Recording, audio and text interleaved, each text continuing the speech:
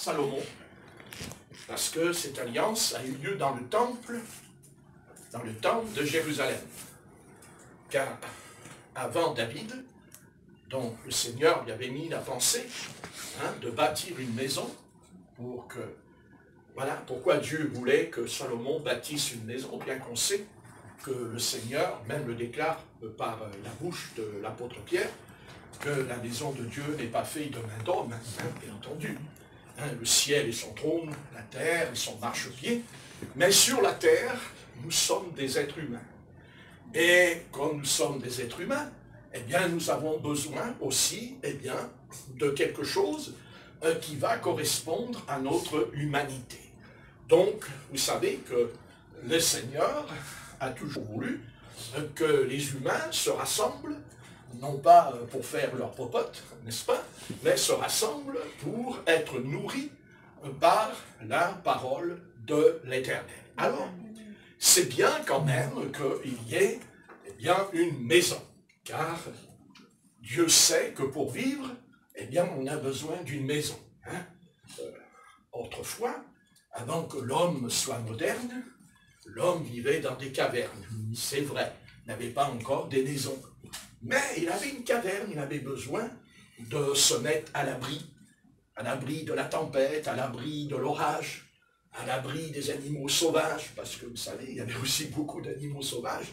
Et vous savez, c'était Banania, miam miam, et je ne sais pas si c'était ça à l'époque, je ne sais pas s'ils disaient les animaux miam miam banania, mais il y avait des bébêtes sauvages, il y avait des bébêtes, et les bébêtes, elles aimaient bien les hommes, parce que les bêtes sauvages, ils mangeaient aussi les animaux, mais s'ils pouvaient se croquer un petit bonhomme là, un gentil petit bonhomme, c'était bon quand il mordait dans la chair d'un homme, que c'était bon. Et c'était un festin, n'est-ce pas? Eh oui. Mais parce qu'il ne faut pas croire, on ne sait pas, on n'a pas goûté à la chair, mais qui vous dit que c'est pas bon? On n'en sait rien, On n'en sait rien, peut-être qu'on est bon aussi, Mais bon, ça c'est un secret et un mystère. Et en attendant, il y a une chose qu'il faut bien comprendre, c'est que l'homme a toujours eu besoin de se sentir protégé. L'homme a besoin d'être protégé, il a besoin de sécurité, il a besoin d'être entouré. C'est l'humanité, elle est comme ça, n'est-ce pas? D'abord, si l'homme pouvait vivre sans être protégé, l'Éternel ne lui aurait pas donné une femme, parce qu'une femme, ça vous protège énormément. Ah oui, oui, elle vous dit où tu vas, qu'est-ce que tu vas faire, où as-tu été, ça vous protège, c'est extraordinaire. Elle est pleine d'amour, de tendresse pour vous, elle veille sur vous, elle vous dit, est-ce qu'il te reste de l'argent dans ton porte-monnaie? Est-ce que tu n'as pas tout dépensé? Vous voyez, par contre, l'homme n'a pas le droit de poser cette question à une femme, il n'a pas le droit de dire à sa femme, où est passé l'argent? Parce que la femme répond, écoute, c'est moi la maîtresse de la maison, et c'est moi qui tiens les comptes.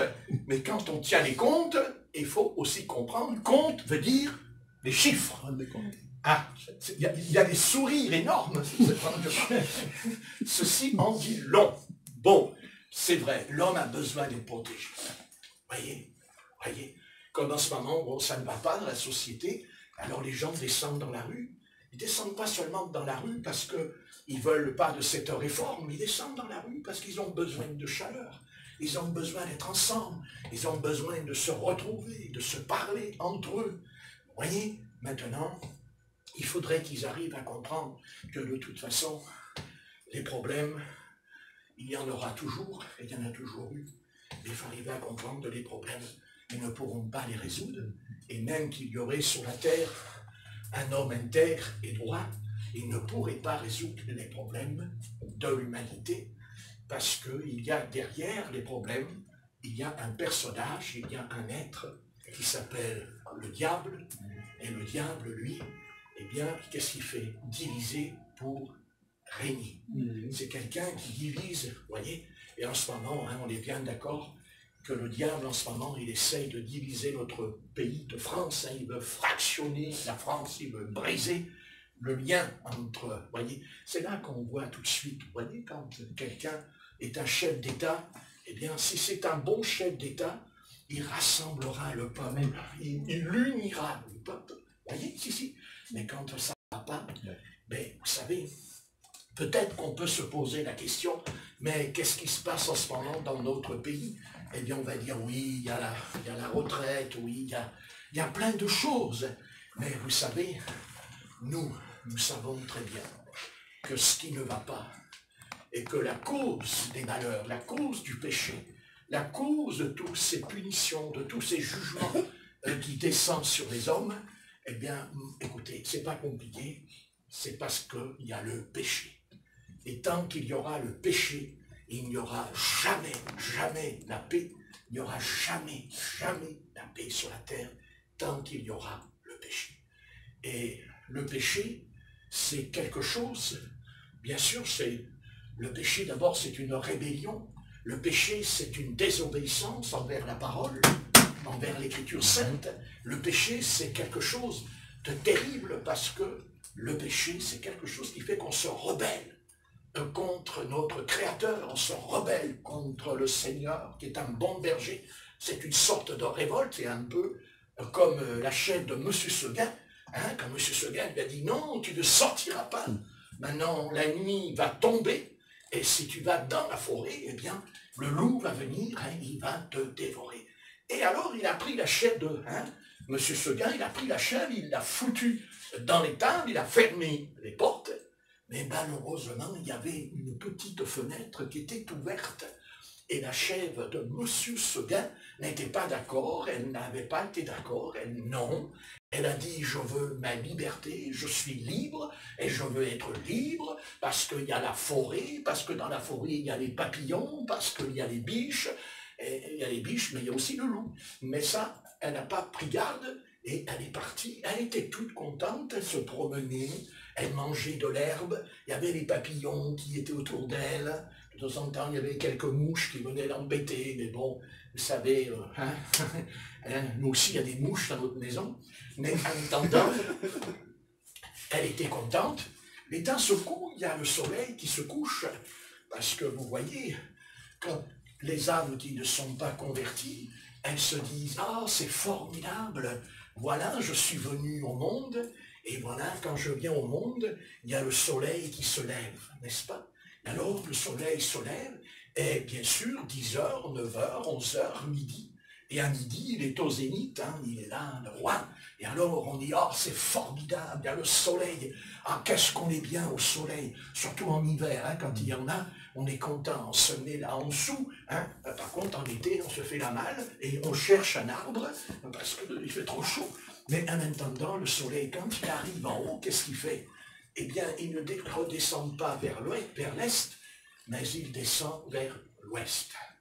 Il descend, et il descend. Et notre vie, eh bien, ce soir, il faut arriver à comprendre que, eh bien, nous avons vu le soleil se lever, mais petit à petit, il y a le soleil dans notre vie qui se couche. 3h de l'après-midi, il est en travers. 5h, il n'est pas tout à fait encore derrière la montagne. Et après, quand il arrive 7h ou 8h, selon la saison, bien entendu, eh bien, je sais, même si c'est l'été, qu'on est en plein mois de juillet et que le soleil se couche à 9h, ça ne change rien. Que ce soit en hiver, que ce soit en été, de toute façon, le soleil, il se couche. Et c'est pareil pour nous. Notre vie, elle se couche, elle descend. Elle ne monte pas, mais elle descend, elle va vers le bas. N'est-ce pas? Mais cet homme qui voit le soleil se coucher vers le bas, nous allons l'appeler le vieil homme. Alléluia. C'est le vieil homme, voilà, parce que le vieil homme, il est sous le règne du péché, il est sous le règne de la malédiction, tandis que le nouvel homme, lui, qu'est-ce qu'il fait ce soir? Il ne regarde pas le soleil qui se couche, mais au contraire, nous le regardons, parce que le soleil qui est Christ en nous se lève et brille dans notre âme. Alléluia. Parce que là, nous allons aller là où se trouve le soleil, c'est-à-dire dans le ciel. Parce qu'en vérité, nous sommes citoyens et concitoyens de la cité céleste. Nous sommes faits, nous sommes créés, nous sommes conçus pour aller dans le ciel. Même si Dieu a mis Adam sur la terre, mais Dieu savait qu'un jour Adam devait aller dans le ciel puisqu'il lui a mis dans le jardin l'arbre de la vie éternelle. Alléluia. Alléluia. Mais il n'avait pas encore la vie éternelle. Non, non, il ne l'avait pas encore. Il était innocent, il ne connaissait pas le péché, mais en même temps, l'Éternel a voulu, au fond de lui, pas faire de nous des automates en disant, ben voilà, j'ai décidé, ce sera comme ça. Non, Dieu a donné à Ève et à Adam la liberté de choisir. Alléluia. Alléluia. Et ce soir, nous avons la liberté de choisir. Bien sûr, il y a eu des cas dans la parole que Dieu ne leur a pas donné le cas de choisir. En tout cas, il y a un homme dans l'Écriture qui n'a pas eu le cas de choisir son destin. Cet homme s'appelle Jonas.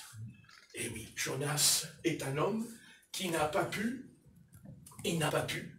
Dieu s'est opposé à lui et Dieu sait qu'il a tout fait, Jonas, pour s'enfuir. Il a vraiment voulu s'enfuir. Hein? Ah oui, comme si on peut fuir la face de l'Éternel. Vous voyez, il avait oublié que l'Éternel avait créé les grands poissons. Il avait oublié. Ben, Dieu lui a dit, je vais te rafraîchir la mémoire, et puis tu vas aller faire un petit tour dans le ventre du grand poisson que j'ai créé. Parce que j'ai créé le grand poisson, mais je t'ai créé aussi. Mais lui, il voulait faire ce qu'il veut. Quand l'Éternel lui a dit d'aller à Ninive, n'est-ce pas? Lui, il a dit, je n'irai pas à Ninive, moi j'irai à Tarsis. Et là, vous voyez qu'on pourrait peut-être dire, finalement, si Jonas, est-ce qu'il était vraiment prédestiné? Vous voyez? Eh oui, car souvent, et moi-même je le dis, que quand on prêche sur la prédestination, on dit, ouais, mais est-ce que je suis libre ou je ne suis pas libre? Et dans un côté, je vais vous dire quelque chose. Heureux qu'il y ait la prédestination, parce que s'il n'y avait pas la prédestination, il n'y a personne ici, dans ce lieu, qui serait sauvé. Amen. Et même si on voulait, on ne pourrait pas, parce qu'à un moment donné, quand Jonas s'est opposé à l'Éternel, l'Éternel lui a dit, tu peux faire tout ce que tu veux, même contre ma face, ça ne changera rien, je t'ai créé pour être un prophète. Ouais, c'est tout. Et Dieu sait qu'il en a fait des choses. Hein. Il ne voulait pas. Dieu lui a dit, va. Il a dit, non, je n'irai pas. À un tel point qu'il a dépensé une fortune pour louer sa place sur le navire, car le texte nous dit que Jonas a loué le navire et il est parti, alors que normalement, dans l'histoire des Phéniciens, quand on louait un navire, généralement, il fallait attendre au moins 1 an, car le navire ne s'en allait jamais tant que le navire n'était pas plein de voyageurs. C'était impossible. Donc ça prouve que sur le navire, il ne nous a pas parlé qu'il y avait des voyageurs, il nous a dit qu'il y avait lui et les marins. Donc il a dû payer, alors il a payé une fortune parce que le navire n'a pas décollé pour une somme d'un voyageur. Hein. Ça, c'est pas vrai. Non, non. Il a dû payer pour, je ne sais pas moi, s'il fallait 100 ou 200 voyageurs dans le navire, il a payé. Il a vraiment payé. Hein. Terrible. Et quand il est parti, il s'est dit, c'est formidable, c'est extraordinaire. Maintenant, voilà, je suis tranquille, j'ai la paix. Il avait tellement la paix qu'il est descendu dans la cale et puis il a dormi. Mais pendant ce temps-là, là-haut, il y avait la colère de Dieu qui s'est manifestée, parce que sur le navire, il y a la colère de Dieu qui est venue. Hein. Attention, la colère de l'Éternel s'est manifestée, puisqu'il est dit qu'il y a eu la tempête, hein, terrible. Les marins ont failli périr. Il y avait eux-mêmes, au fond d'eux-mêmes. Et vous savez, ils avaient l'habitude des tempêtes. Ils savaient ce que c'était les tempêtes, les marins. Mais cette tempête-là, c'était pas pareil. Parce qu'ils ont commencé à invoquer leur Dieu pour que la mer soit apaisée. Vous voyez? Donc ils avaient compris que ces tempêtes avaient une origine spirituelle, surnaturelle, attention, ils le savaient. Et ils ont dit, bon, maintenant ça suffit. Et à un moment donné, se sont aperçus que le voyageur qui avait bien payé, parce qu'au départ, ils l'ont pas embêté, ils se sont dit, il a payé. Vous savez, quand on paye, on nous laisse tranquille. Hein, c'est formidable. Quand vous ne payez pas, là, vous avez des drôles d'ennuis. Hein. Donc, vous voyez, même s'il y a la tempête sur le navire, il y a tout qui est fracassé, mais du moment que vous avez payé la facture, on vous dit, tu peux rester dormir en bas dans la cale. Mais à un moment donné, se sont dit, oui, maintenant, il y a un truc qui ne va pas, là, parce que nous, on a invoqué nos dieux, et les dieux qu'on a invoqués, ils ne répondent pas. Donc, à un moment donné, ils se sont dit, il est où le voyageur, là? Il est où? Et puis, il était en bas, en train de dormir. Oui, un peu comme les chrétiens aujourd'hui, vous savez, ils dorment. Et alors, ils dormaient, et ils sont descendus, ils disent, ici, toi, dis donc, d'où tu es, toi? Et Jonas, c'est un prophète qui a fui la face de l'Éternel, mais sachez une chose, c'est que Jonas a toujours dit la vérité. Jonas n'a jamais menti. Et d'ailleurs, fils d'Amétaï veut dire la vérité. Jonas, c'est un homme qui dira toujours la vérité. Jonas ne mentira jamais, jamais. Même à l'Éternel, il ne mentira pas à la fin, il dira toujours ce qui ne va pas en lui. Et il a dit la vérité, il a dit « je suis hébreu ». Ah bon? Hébreu, mais ça c'est hébreu, ça c'est quoi? C'est Abraham, ça c'est la foi. Oui, voilà. Mais quel est ton Dieu? Et il a dit, mon Dieu c'est le Dieu d'Israël, le Dieu d'Abraham, d'Isaac, de Jacob. Et voilà. Et il a dit, il leur a expliqué, il a dit, voilà, l'Éternel m'a dit d'aller à Ninive, et moi je ne veux pas y aller. Alors, les marins lui ont dit, bah ouais, tu aurais pu nous le dire avant de monter dans le bateau, hein. Et tu aurais pu nous raconter que quand tu as payé, pourquoi tu nous as pas dit que tu fuis la face de l'Éternel, parce que nous avons les dieux, et l'Éternel est un Dieu, mais c'est pas les dieux, c'est le Dieu vivant et vrai. Et alors il n'a pas dit, parce que peut-être qu'il aurait dit, écoute, garde ton pognon, hein, garde ta fortune, et ne monte pas dans le navire, parce qu'on va s'en prendre plein la figure à cause de toi. Comme quoi, vous voyez, un seul pécheur peut faire beaucoup de mal à la société, n'est-ce pas? Eh oui, un seul pécheur fait beaucoup de mal, c'est ce que dit l'Ecclésiaste, n'est-ce pas? Et donc cet homme a fait beaucoup de mal parce qu'il a mis en danger les marins, il a mis en danger toute une cargaison, parce qu'ils ont tout jeté à la mer, hein. Attendez, à un moment donné, ils ont pris la cargaison, vous lirez dans Jonas chapitre 1, chapitre 2, ils ont, puisque Jonas c'est le plus petit livre des prophètes, hein, il fait 48 versets, pas beaucoup, 48 versets, hein. Dans les 48 versets, ben, nous avons un petit peu d'éclairage. Comme quoi, vous voyez, on n'a pas besoin de 1000 versets pour comprendre l'écriture. 48 versets et paf, tu as tout compris. Alléluia. Moi, je répondrai un seul verset, je comprends. Amen. Donc, chacun son caractère. Donc, je disais en passant que cet homme a mis en danger, il a mis en danger l'humanité tout entière. Parce qu'en même temps, si l'Éternel ne l'avait pas ramené sur la plage, eh bien Ninive aurait été détruite.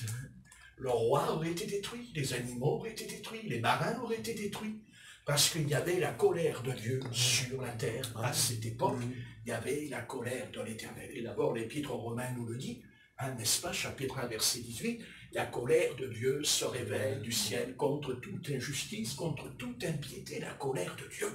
Et aujourd'hui, ce que vous êtes en train de voir dans les médias, ce que vous vivez chaque jour dans les images, sachez que c'est la colère de l'Éternel qui est sur les nations, la colère de Dieu est sur le monde, parce qu'il y a le péché. Parce que Dieu ne supporte pas le péché. Dieu ne peut pas supporter le péché. Vous allez me dire, mais pourquoi? Parce que sa nature de l'Éternel, c'est une nature très très sainte. Et il ne peut pas, et c'est pour ça qu'il ne voulait pas qu'Adam et Ève aillent dans le péché. Parce que le péché, eh bien, ça les conduisait à la chute. Et Jonas, Dieu l'a choisi, Dieu l'a établi, justement pour qu'il aille, non pas pour condamner le pécheur, mais pour sauver le pécheur. Car Dieu aime le pécheur, mais Dieu est le péché.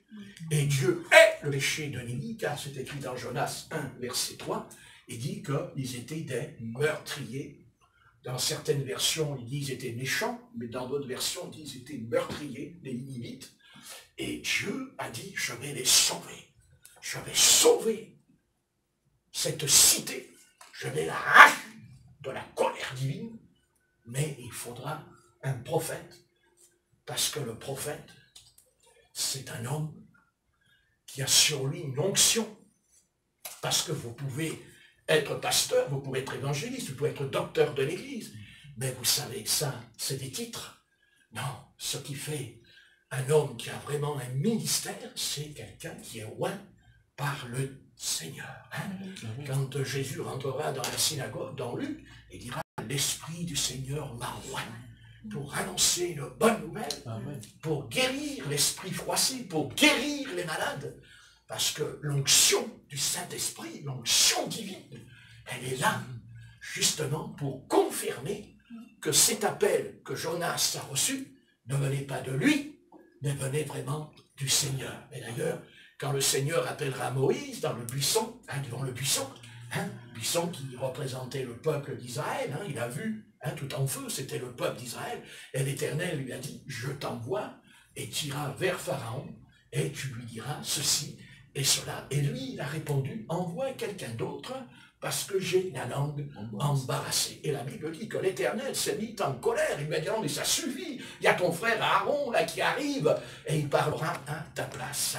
Remarquez, et s'il avait su qu'il allait parler à sa place, quand il a dit du mal sur lui, avec Myriam, sa sœur, en disant, mais y a-t-il que Moïse qui est saint dans l'assemblée de l'Éternel, peut-être qu'il aurait compris quelque chose. C'est sûr que Aaron, il avait la langue pendue. Remarquez, aujourd'hui, dans les églises, il y a beaucoup d'Aaron et il y a beaucoup de Myriam, n'est-ce pas? Par contre, il ne faudrait pas que nous soyons Aaron et Myriam, parce que vous voyez, vous tournez Aaron, c'est quelque chose, c'est le souverain sacrificateur, oui. Mais en attendant, il a eu la langue du serpent en lui. Vous comprenez ce que je veux dire?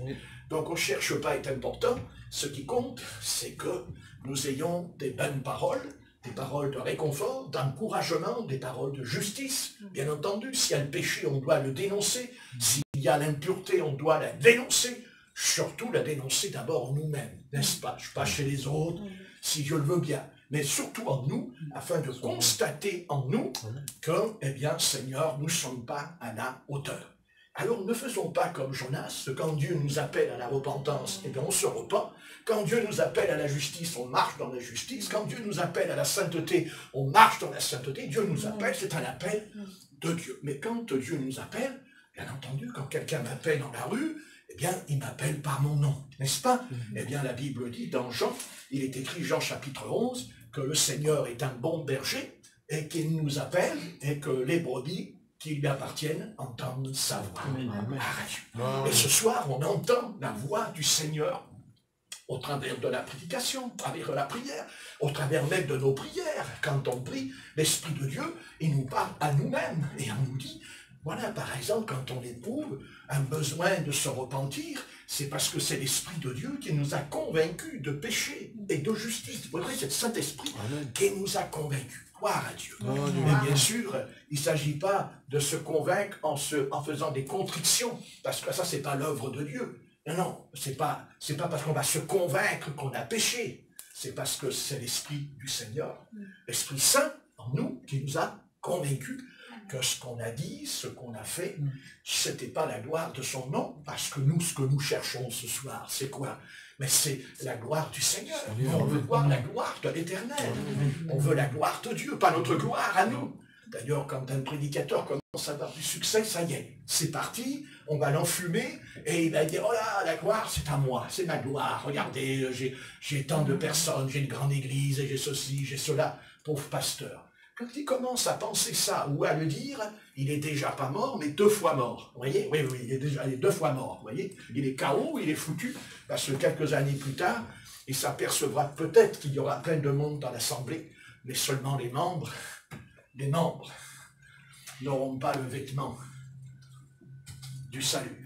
Parce que vous voyez, vous pouvez chanter, si les pasteurs, je ne sais pas si ça parviendra à ce que je dis ce soir, mais vous savez, nous les pasteurs, on a beau dire, oui, j'ai tant de personnes dans l'église, mais le Christ, lui, il dit, oui, d'accord, mais en attendant, les chrétiens ou les chrétiennes qui sont dans l'église, j'aimerais savoir d'abord comment ils se conduisent, et la deuxième fois, comment ils s'habillent, comment ils sont habillés. C'est important d'être habillé. Le Seigneur ne regarde pas comment on est habillé. Le Seigneur, on répond, mais le Seigneur, il regarde à mon cœur. Seulement, tu vois, la manière dont tu t'habilles, c'est aussi comment est ton cœur. Parce que c'est l'abondance du cœur que la bouche parle. Et moi, je dis en plus, je ne sais pas si c'est moi ou si c'est l'esprit, en attendant, j'espère que c'est l'esprit qui dit, tu t'habilles selon ton cœur. Amen. Voilà, et oui, parce que quand on a reçu la parole, c'est-à-dire quand on a reçu comment Dieu en nous, eh bien Dieu il nous dit, toi tu ne peux plus t'habiller comme ça. Amen. Tu ne peux plus t'habiller comme ça, tu ne peux plus. Et comment tu vas le savoir? Parce que tu ouvres le grand livre de la loi, et tu regardes dans 1 Corinthiens, 2 Corinthiens, et là tu t'aperçois que l'apôtre Paul dit que c'est une honte pour l'homme de porter des cheveux longs. La parole dit que c'est une honte pour les femmes de les couper. Et même la parole de Dieu ne rentre pas dans les détails en nous expliquant pourquoi les femmes doivent avoir les cheveux longs, pourquoi les hommes doivent avoir les cheveux courts. L'Éternel nous dit simplement que quand on prophétise, eh bien si une femme a coupé sa chevelure, il dit, ne savez-vous pas, dit Paul, que sa chevelure lui a été donnée comme voile. À Dieu, comme voile. Et que les anges de Dieu qui sont au-dessus d'elle prophétisent. Et bien entendu, l'apôtre Paul dira, c'est une abomination, c'est une honte. Vous voyez, et l'homme aussi doit porter les cheveux courts parce que c'est le Seigneur qui l'a dit. Gloire à Dieu. Et quand on est converti, on ne s'habille pas comme le monde, n'est-ce pas? On évite de porter des vêtements mondains. On évite, vous voyez, quand même, pour faire attention, on s'habille bien. Hein? Les sœurs s'habillent bien, mais quand les sœurs s'habillent, elles lisent dans la parole que l'apôtre Paul dira que quand on s'habille, les sœurs doivent s'habiller décemment.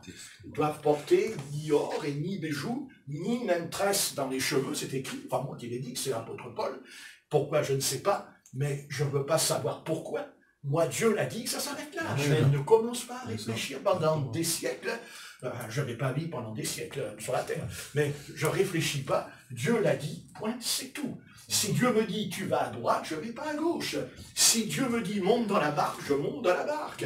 Et s'il y a la tempête qui s'ouvre, je ne dis pas à Dieu, oui, mais je ne monte pas dans la barque, Seigneur, il y a la tempête.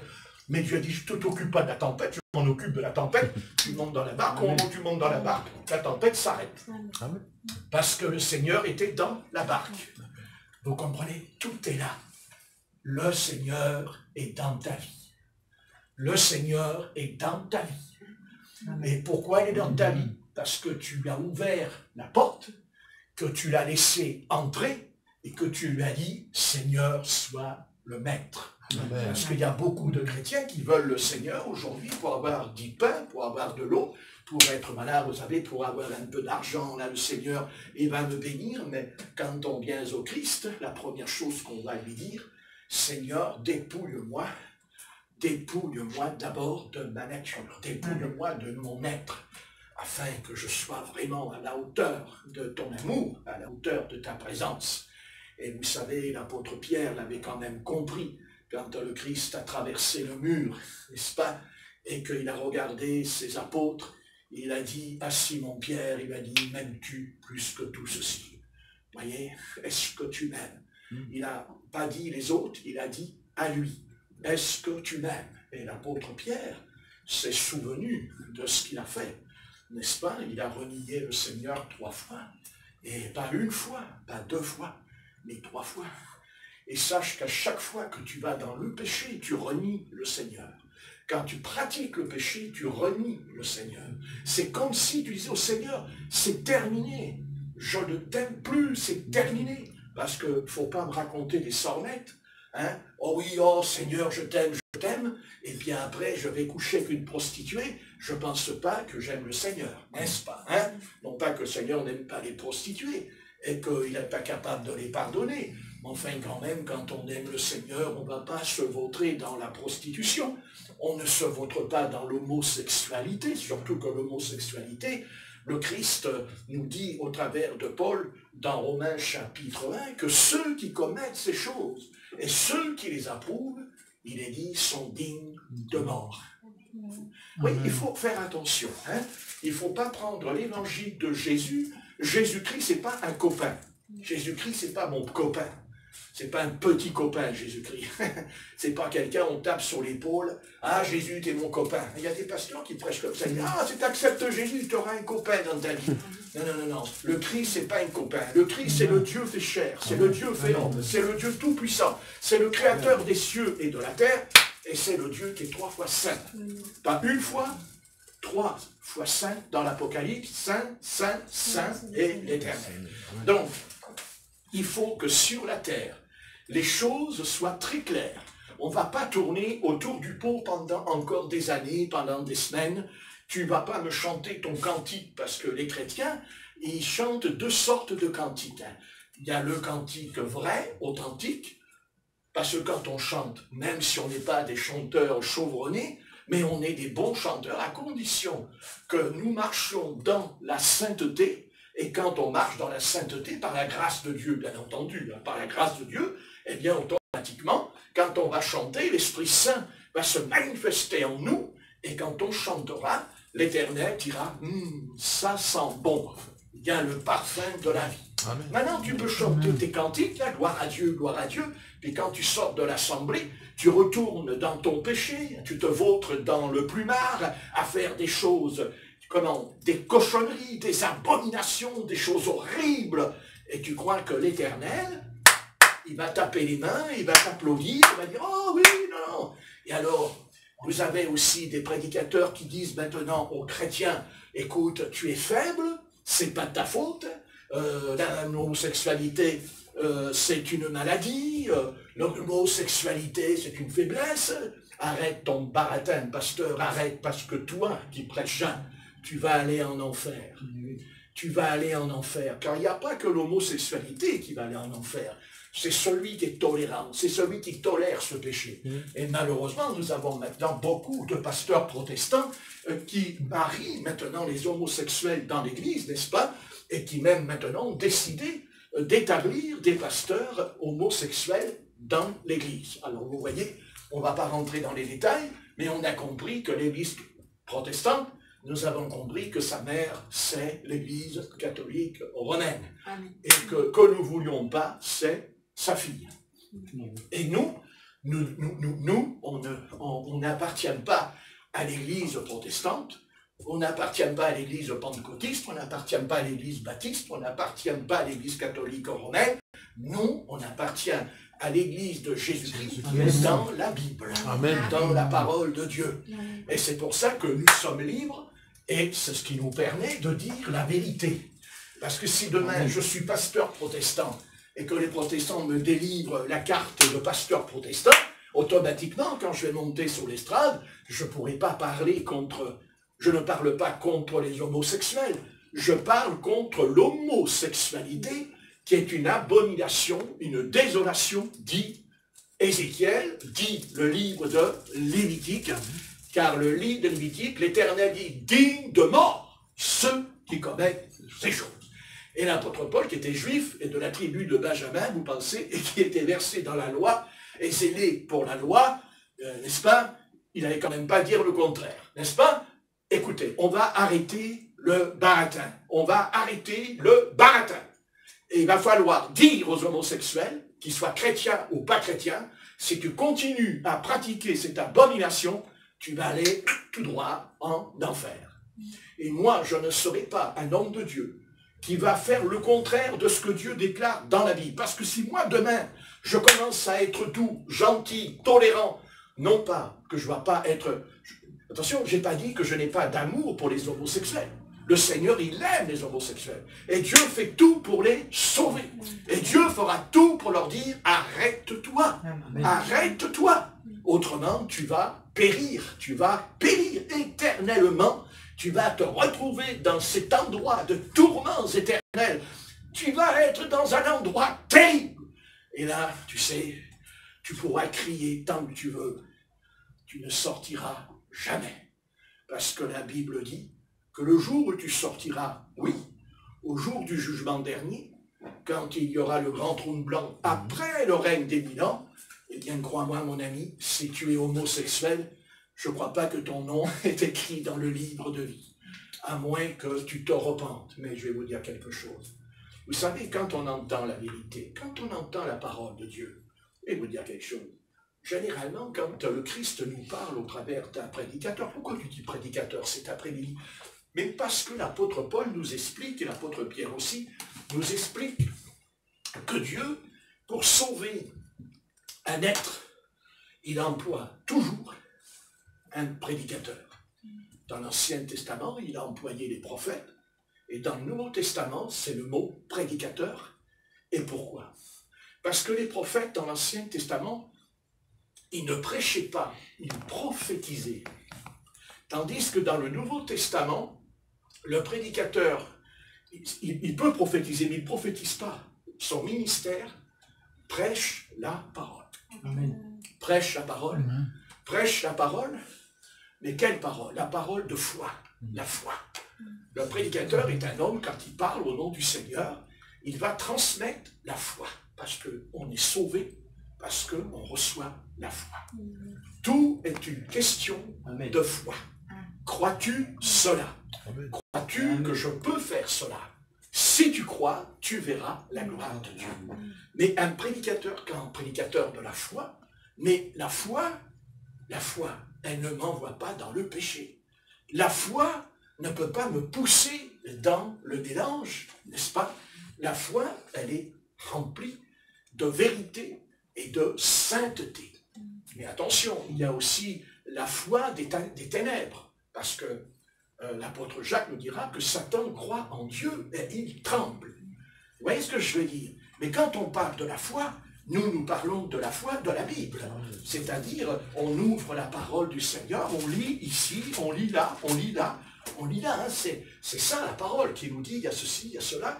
Et la parole ne se contredit pas. Elle nous dit, à tel endroit, marche dans la sainteté. Alors tu peux lire dans la Genèse, au commencement, puis tu vas à la fin, dans l'Apocalypse, il y a marqué sainteté. Gloire à Dieu.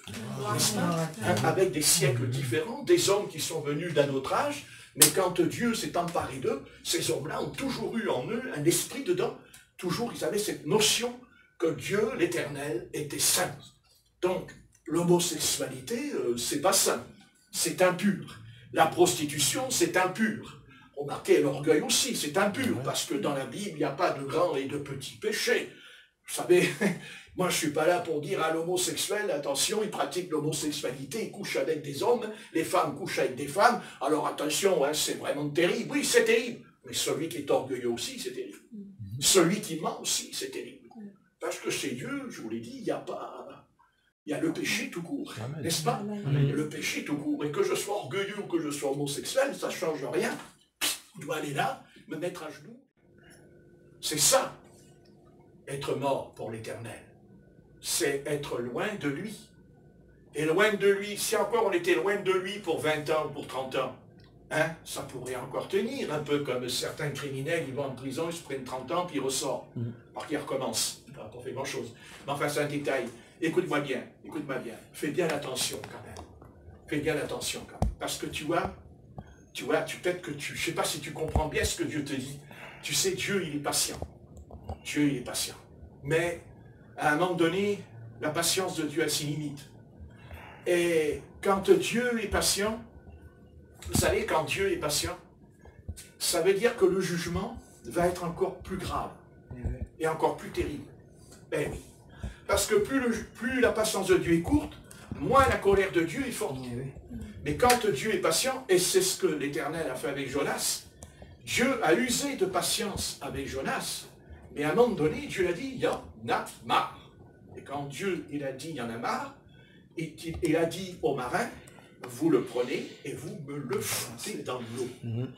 Et croyez-moi, mes amis, si cet homme, Jonas, n'avait pas été appelé par l'Éternel pour aller à Ninive, il restait au fond de la mer. Eh bien oui, mes amis, si demain on te fout au fond de l'eau, tu ne vas pas revenir. Hein, Voilà, exactement. Seulement, voilà, il y avait sur lui la prédestination. Et Dieu avait dit, ça ne changera rien. De toute façon, tu iras où je t'ai dit. Amen. Et il a été là où ça a été clair pour lui. N'est-ce pas? Mais maintenant, il faudrait savoir pourquoi aussi il était comme ça. Ben oui, on le sait. C'est que la Bible dit que le Seigneur, dans la journée, il a fait pousser un ricin. Et que ce ricin, je me suis renseigné hein, de cet arbre, il faisait 2 mètres. Je me suis renseigné dans les livres, il faisait 2 mètres. Je ne me rappelle plus son nom, mais il a un nom. C'est un ricin, c'est un arbre qui pousse dans les Indes, en fait. Vous voyez? Et cet arbre faisait 2 mètres. Et c'est pour ça que ça faisait de l'ombre sur sa tête. Et oui, c'est pour ça qu'il était content. 2 mètres, un arbre qui fait 2 mètres, vous vous rendez compte, dans le désert, c'est énorme. Et attendez, Dieu a été bon pour lui parce que, normalement, quand il y a un arbre qui pousse, il ne pousse pas d'un coup. Ben non, il faut plusieurs années pour qu'il fasse 2 mètres, vous ne voyez pas? Mais Dieu, lui, il a claqué les doigts et... allez, tac, hop, il y a eu l'arbre. Et Jonas était content, il était tout heureux. Ah, merci Éternel, que tu es bon. Alors l'Éternel, il dit, ah tiens, c'est curieux. Là, hein, parce qu'en fait, Jonas n'était jamais joyeux, il n'était jamais content. Mais le seul endroit dans sa vie où, pour une fois, il a été joyeux, c'est quand il a eu cet arbre sur sa tête. Vous voyez? Intéressant, hein? Mais si. C'est la seule fois qu'il a été joyeux. Mais sa joie ne sera pas durable.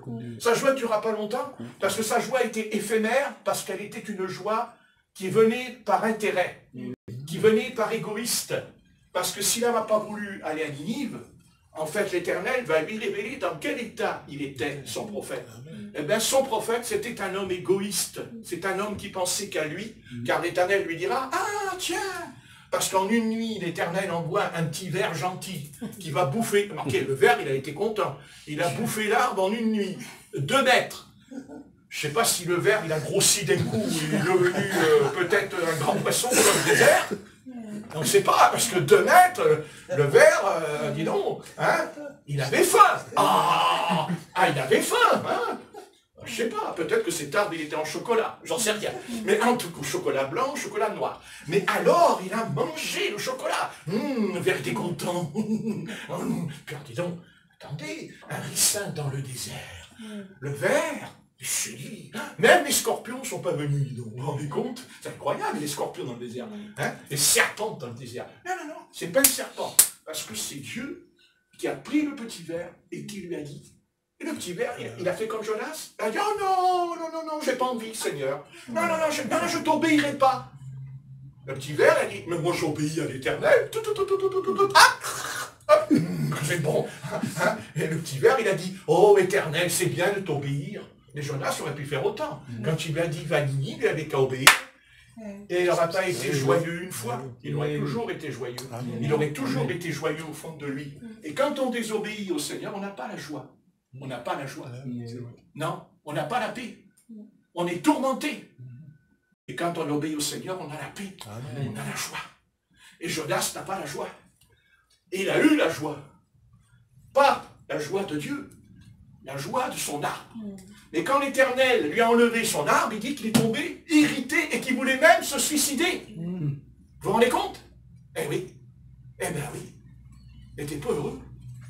Il n'a jamais été heureux. Jamais été heureux. Jamais. Regardez. Prenez Jonas. Jonas. Hein?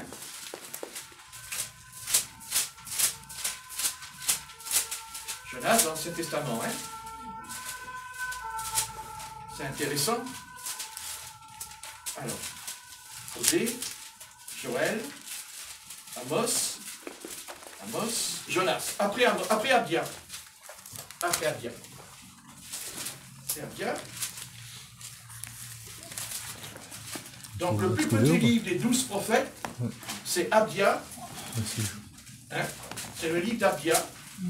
C'est vraiment le plus petit, hein, des écrits. Par contre, dans Jonas, il n'est pas très long non plus, il fait 48 versets. C'est ça.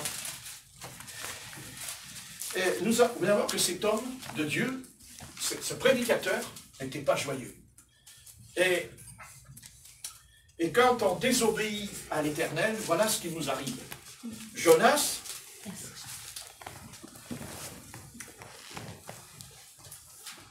chapitre 2. Et je vais demander, si elle veut bien, Corinne, au verset 1. L'Éternel fit intervenir un grand poisson pour engloutir Jonas, et Jonas demeura dans les entrailles du poisson 3 jours et 3 nuits.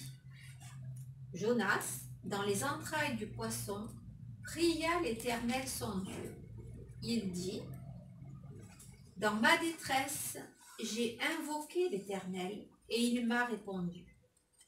Du sein du séjour des morts, j'ai appelé au secours, et tu as écouté ma voix. Tu m'as jeté dans un bas-fond au cœur des mers, et les courants d'eau m'ont environné.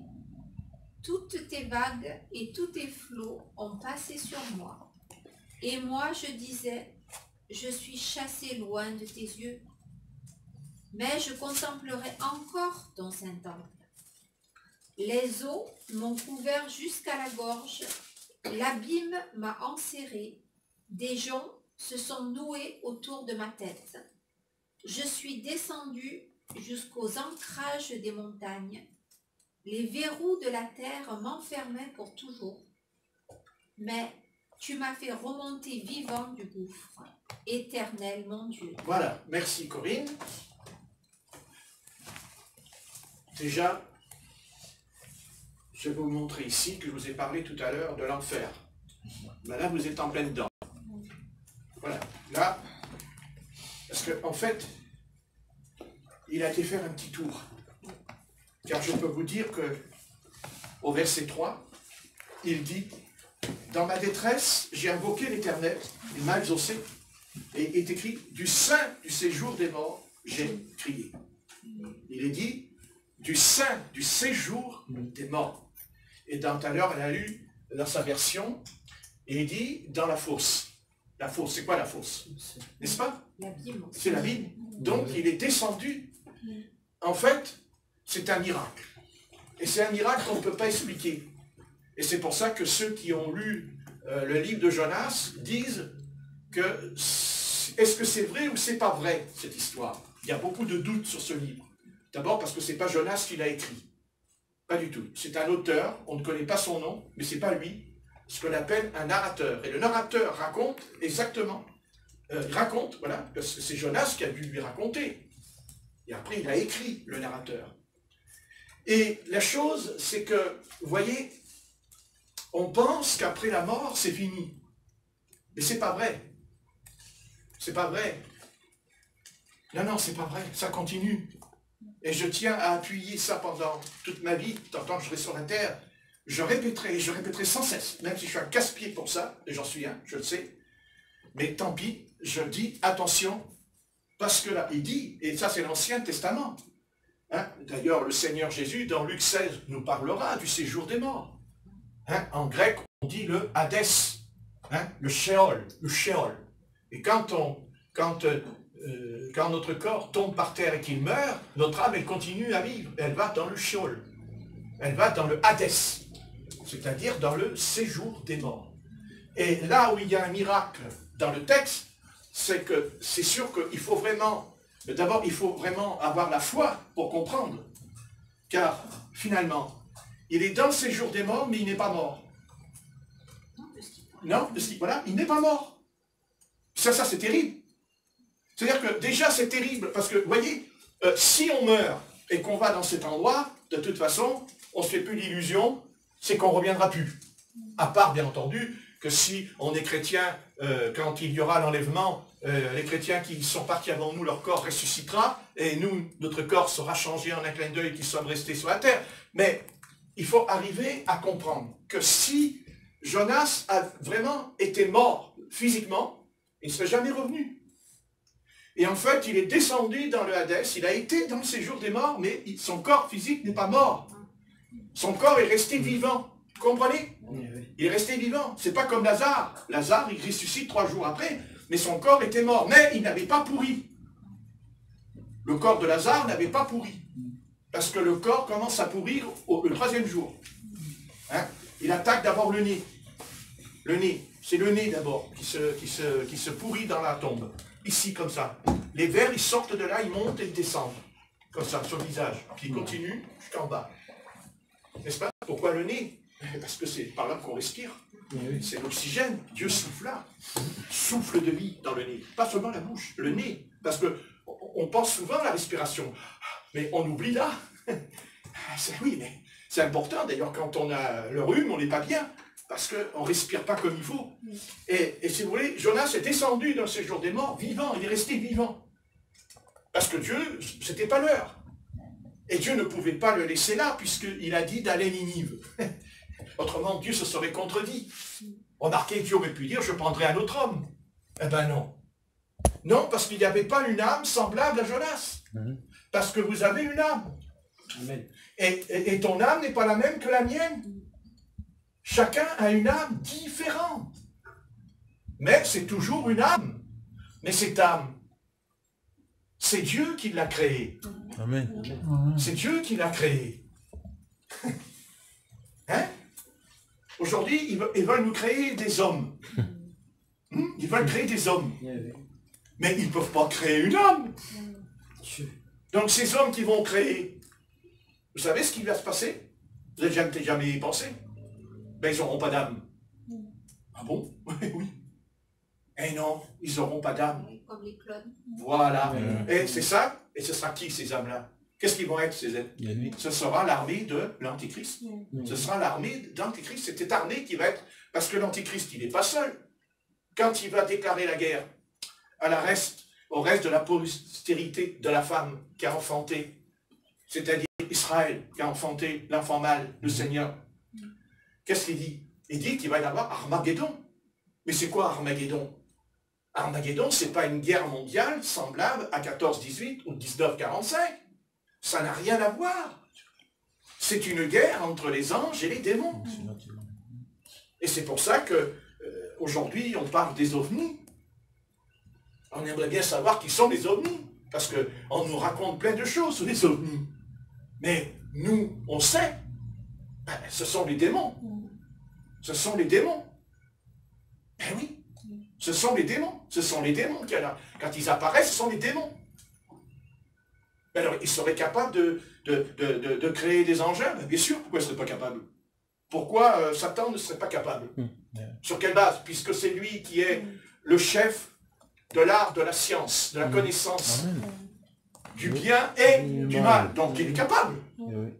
Et il est très capable, puisqu'il agit au travers de l'humanité par la technologie.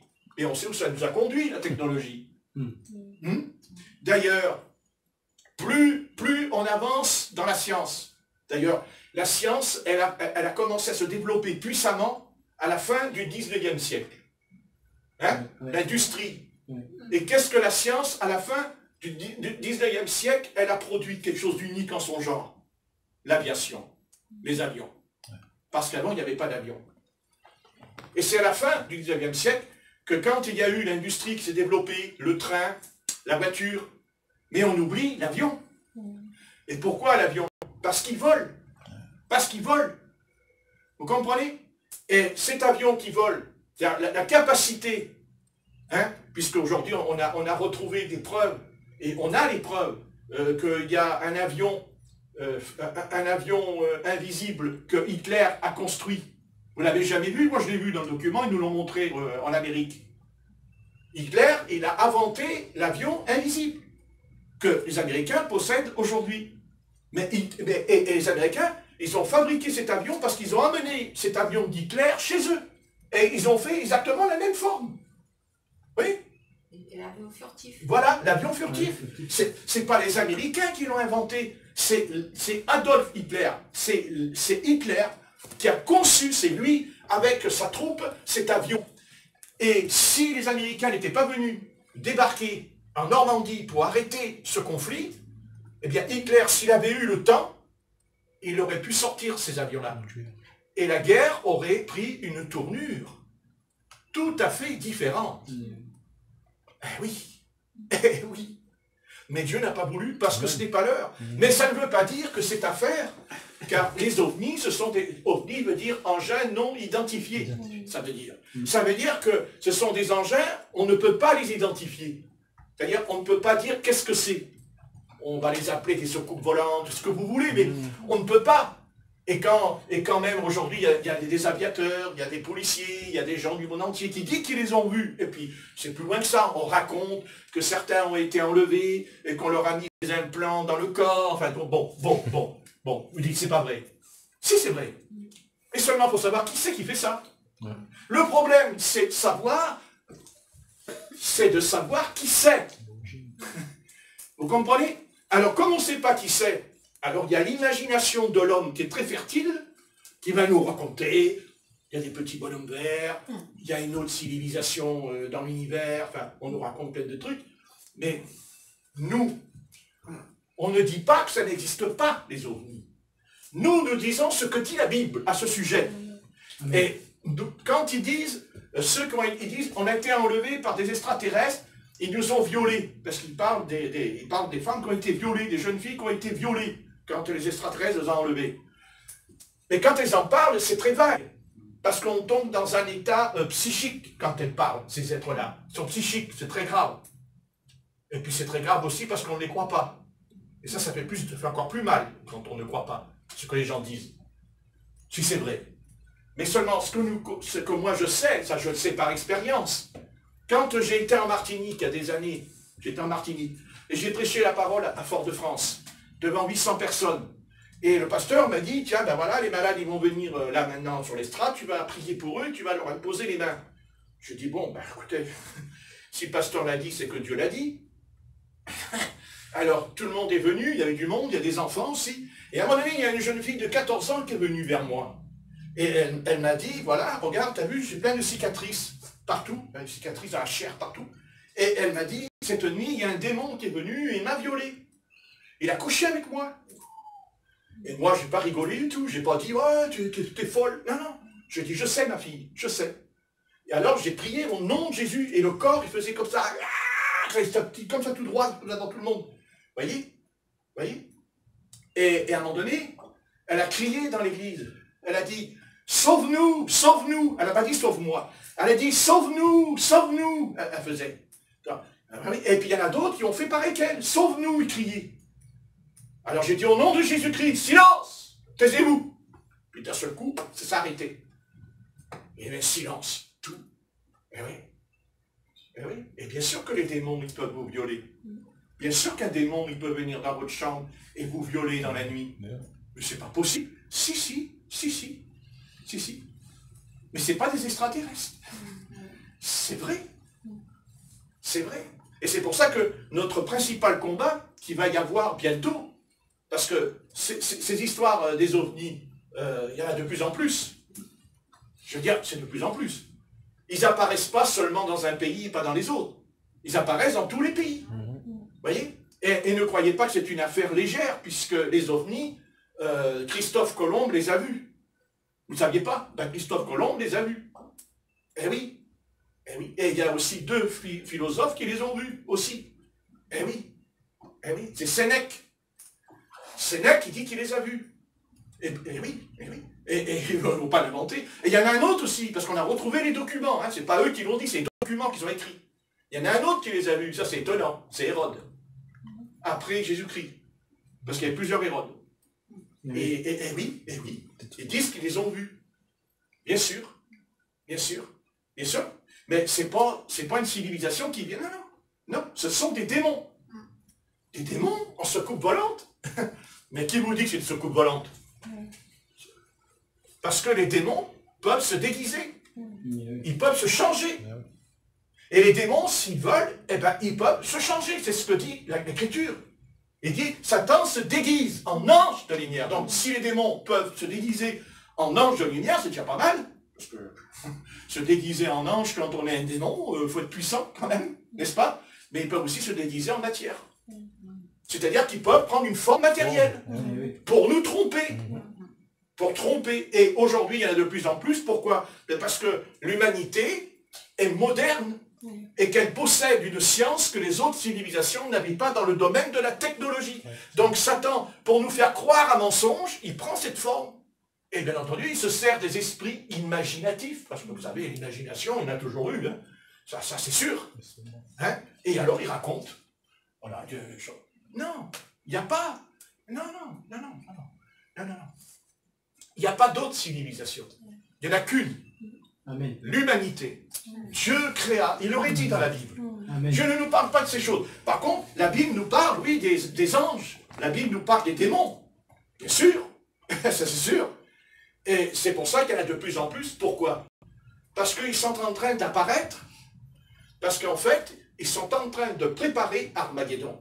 Ils sont en train de préparer quoi? Eh bien, la grande tribulation. Parce qu'il va y avoir la grande tribulation. Et la grande tribulation, c'est le règne de l'Antichrist qui va durer d'ailleurs 7 ans. Et que le seul peuple qui pourra s'opposer à l'Antichrist, d'abord, c'est pas Israël, on dit le peuple, c'est pas vrai. C'est pas non plus l'Église. C'est Jésus-Christ en personne qui le détruira par le souffle de sa bouche. Il y a qu'à lire l'Apocalypse. Amen. Amen. Amen. C'est-à-dire que nous-mêmes, on ne peut pas. On ne pourra pas. C'est Jésus-Christ. Jésus-Christ. Ça va, vous avez compris? Oui, vous avez compris quand même. Amen. Compris, c'est pas parce que bientôt c'est le jour de l'an qu'on ne comprend pas. Hein? On ne va pas attendre 2020, j'allais dire en 1920. En 2020, dramatique. Corinne, elle fait ça. Dramatique. Dramatique, Patrick. Hein?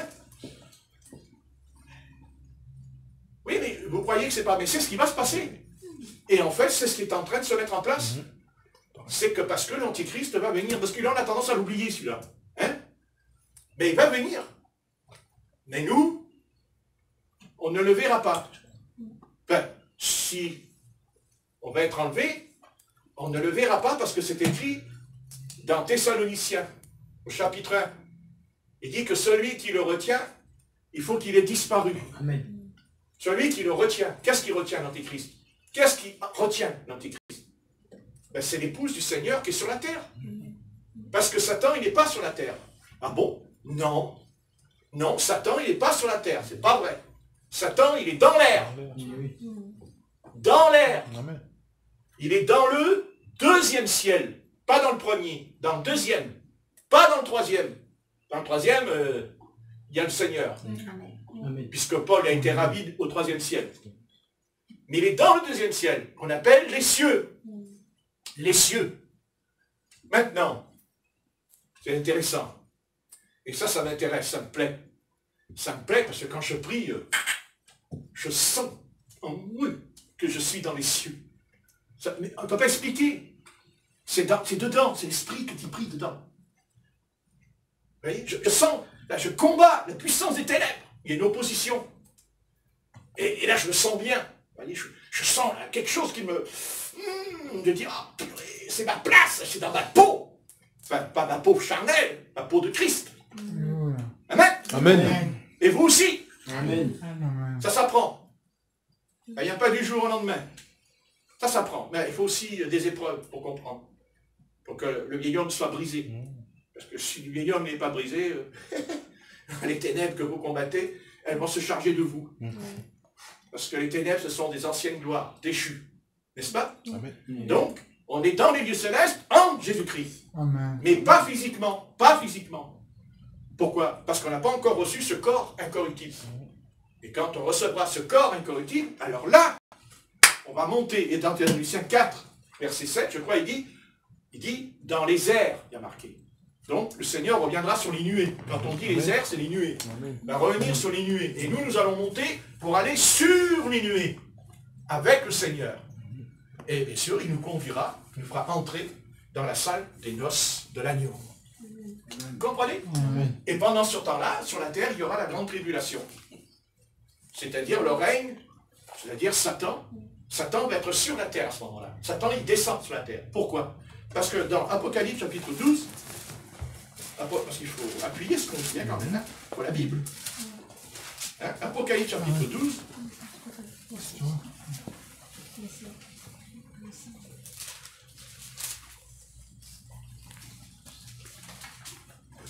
Et on va lire verset 13. Apocalypse 12, verset 13. Prenez votre temps, c'est les vacances. Enfin, pas pour tout le monde. Alors, Apocalypse 12, verset 13. Vas-y, Corinne, s'il te plaît. Quand le dragon vit qu'il avait été précipité sur la terre, il poursuivit la femme qui avait mis au monde l'enfant mâle. Alors, les 2 ailes du grand aigle furent données à la femme pour s'envoler au désert vers son lieu, où elle est nourrie un temps, des temps et la moitié d'un temps, loin de la face du serpent. De sa gueule, le serpent lança de l'eau comme un fleuve derrière la femme, afin de la faire entraîner par le fleuve. Mais la terre secourut la femme, elle ouvrit sa bouche et engloutit le fleuve que le dragon avait lancé de sa gueule. Le dragon fut irrité contre la femme, et il s'en alla faire la guerre au reste de sa descendance, à ceux qui gardent les commandements de Dieu et qui retiennent le témoignage de Jésus. Amen. Amen. Bien, on s'arrêtera là. Vous avez vu, le texte dit,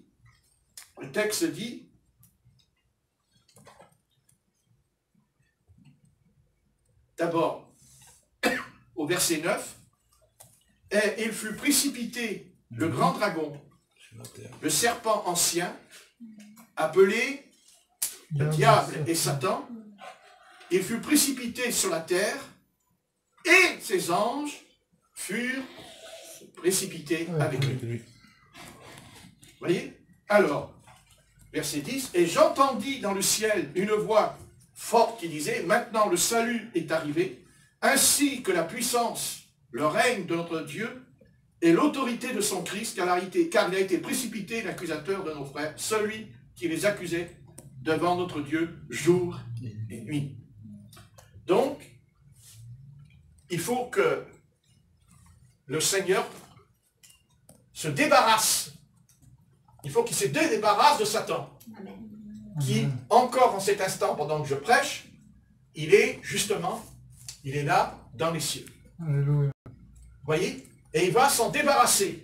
Amen. Il va s'en débarrasser. Parce que s'il ne le fait pas, nous ne pouvons pas monter. Puisque nous allons nous installer à sa place. Nous allons prendre toute la place.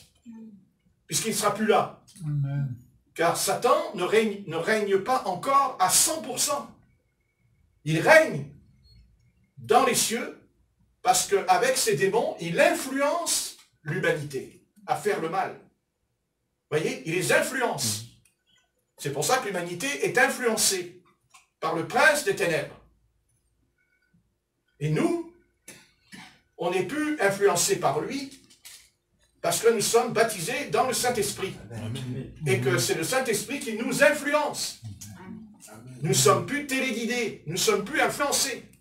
Donc, Satan, pour influencer l'humanité dans une direction extrêmement grave, telle que des guerres, des famines, des pestes, des maladies, des révolutions, comme telles que celles qu'on risque de vivre, si je ne me trompe pas, dans notre pays, eh bien, Satan, il a à son service des gens très particuliers.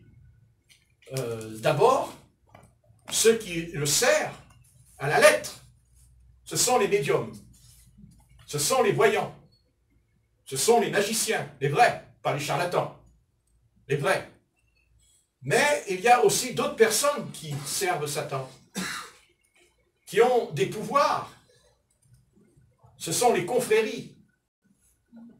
Ce sont les confréries sataniques de Lucifer. Et la plus grande confrérie, puisque quand on dit mot confrérie, on veut parler des francs-maçons, de la franc-maçonnerie. Eh oui, eh oui, eh oui, eh oui. Et en fait, c'est eux qui décident du sort d'une nation. C'est eux qui décident le sort de la France. Car j'en suis sûr que ce qui se passe aujourd'hui, ce n'est pas le fruit du hasard. Ce n'est pas une histoire de retraite qui pousse comme ça des milliers de gens à descendre dans la rue encore hier. Parce qu'avant, ils descendaient dans la rue une journée, 24 heures. Peut-être 3 jours. Mais ça s'arrêtait là. Mais là, non. Là, non. Et puis, ce sont toutes les couches. N'est-ce pas? C'est pas pareil. Mais derrière tout ça, ne voyez pas simplement la CGT. Non. Non. Non, non. Non. Ce sont des puissances terribles qu'il y a en ce moment sur le pays. Et d'ailleurs, on le sait. Orage sur orage, inondation sur inondation. N'est-ce pas? Tempête, tornade, tout ça c'est lié ensemble. Et en fait, c'est lui qui fait ça. Comme il a fait sur le lac de Tibériade, quand il a déclenché la tempête, quand le Seigneur dormait dans la barque. Parce que tout à l'heure, je vous ai parlé de la colère de Dieu avec Jonas. Mais les marins, ils ne sont pas fous. Contrairement, bien qu'ils étaient païens, mais ils ne sont pas fous parce qu'ils ont bien compris que la tempête qui a soufflé, elle n'était pas humaine. Elle n'était pas due à la chaleur, elle n'était pas due au climat. Parce qu'ils n'arrêtent pas avec le climat. N'est-ce pas? Le climat, le climat, le climat. Mais moi, je voudrais vous parler d'un autre climat. Le climat de Satan, le climat des ténèbres. Et les hommes, ils essayent de dire, on va arrêter de faire ceci, on va arrêter de faire cela. Mais c'est pas vrai. C'est pas vrai. Il y a des puissances terribles en ce moment qui sont agitées. Il y a des forces dans la nation française, des forces terribles qui se mettent en place. Ne croyez pas, vous savez, la société dans laquelle vous avez vécu ce soir, elle va changer. Il va y avoir un renversement des pôles dans notre pays. Les choses vont aller de pire en pire. Non, non, ça ne s'arrangera pas. Bien-aimés, je vous préviens, c'est tout. Faites ce que vous voulez. Mais non, non, parce que derrière ça, il y a Satan. Et ce Satan a commencé à manifester sa puissance sur la France au travers des gilets jaunes. Parce que les gilets jaunes, c'est bien beau les mots. Mais ce n'est pas que des mots. Ce sont des forces. Et tout à l'heure, j'ai écouté les informations, et ils ont dit que hier, les gilets jaunes se sont rassemblés avec les syndicats. Pourquoi? Alors que les syndicats ne voulaient pas entendre parler d'eux. Ils n'en voulaient pas du tout. Martinez, il n'en voulait pas. Mais maintenant, il a changé d'avis. Pourquoi? Parce que ce sont des forces qui se rassemblent. Parce que dans le royaume de Satan, il y a les autorités, les principautés, les puissances. Il y a des rangs. C'est ce qu'on appelle, c'est ça les confréries. Dans la franc-maçonnerie, il faut qu'ils atteignent 90 degrés. Ils sont tout en haut. Là, ils voient Satan, ils le voient. Mais ils ne vont pas le dire à ceux qui sont en bas. Vous comprenez? Derrière tout cela, il y a quelque chose d'autre. Et ne pensez pas que ce qui se passe aujourd'hui, au niveau des confréries, au niveau des puissances, ne croyez pas que c'est nouveau. Parce que la Révolution française, elle est partie de là. Elle est partie de là, avec les francs-maçons et tout. Tout est parti de là. Il y a dans ce pays une puissance terrible. Il y a dans ce pays des gens dangereux. Dangereux. Voilà. Très grave. Et nous, qui sommes des chrétiens, nous avons notre part. Et cette part, c'est la prière. C'est la prière. Il faut prier. Mais on n'empêchera pas ce qui va arriver. Parce que c'est écrit. Parce que c'est écrit. Il faut que ces choses arrivent. Et elles arriveront. Et peut-être qu'elles sont en train d'arriver. Et qu'elles se mettent en place.